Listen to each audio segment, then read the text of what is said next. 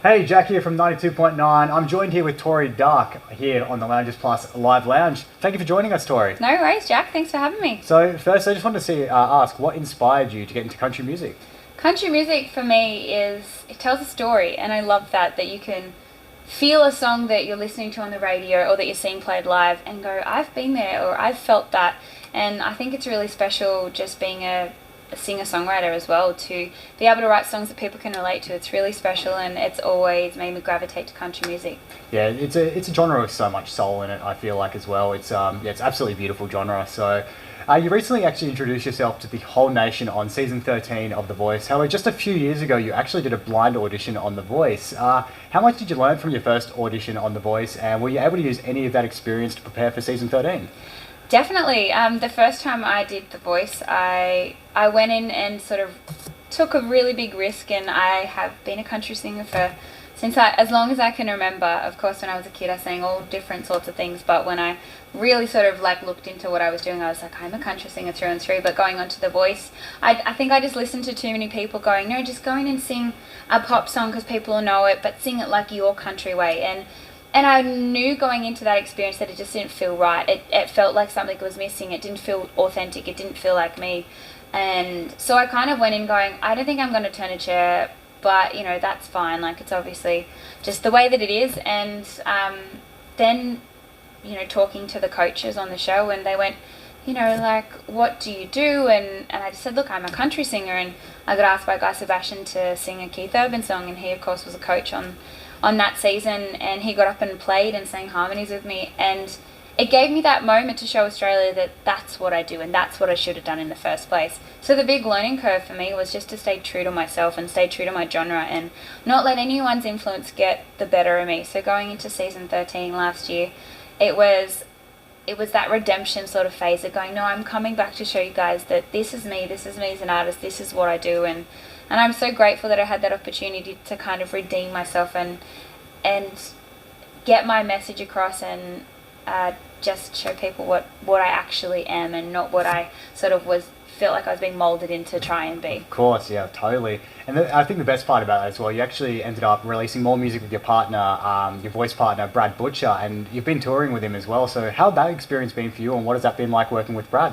It's been incredible. Brad is such a legend, and we're really good mates. So going into that battle together, it was never a battle for us. We were always having fun when we were practicing and preparing for that battle round. And, we were singing into bananas in the hotel room, and I had fabric glue and just the weirdest of things.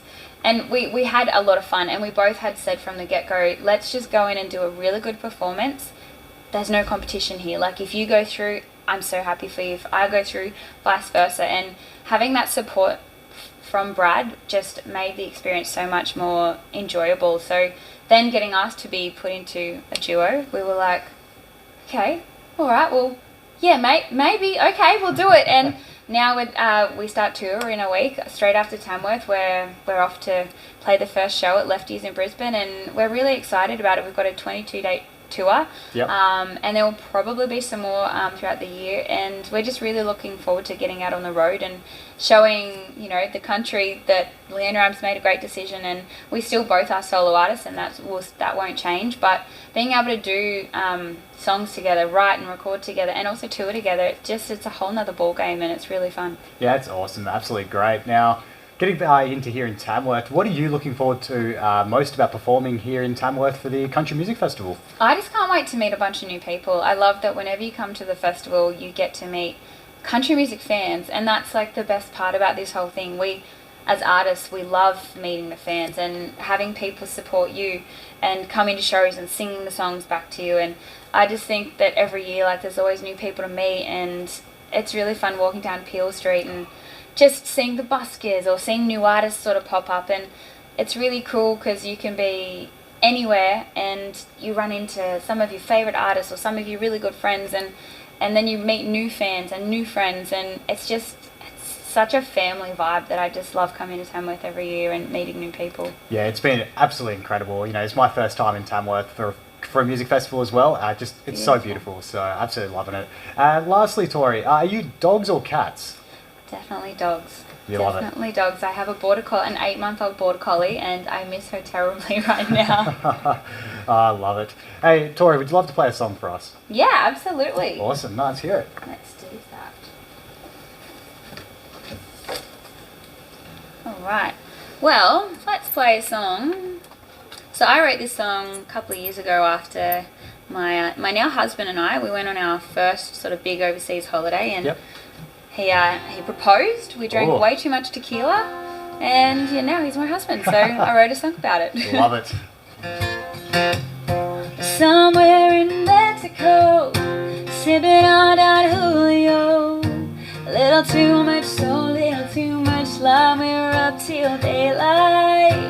Something about you and I, reckless like Bonnie and Clyde. Always on the run, following that sun that never felt so right.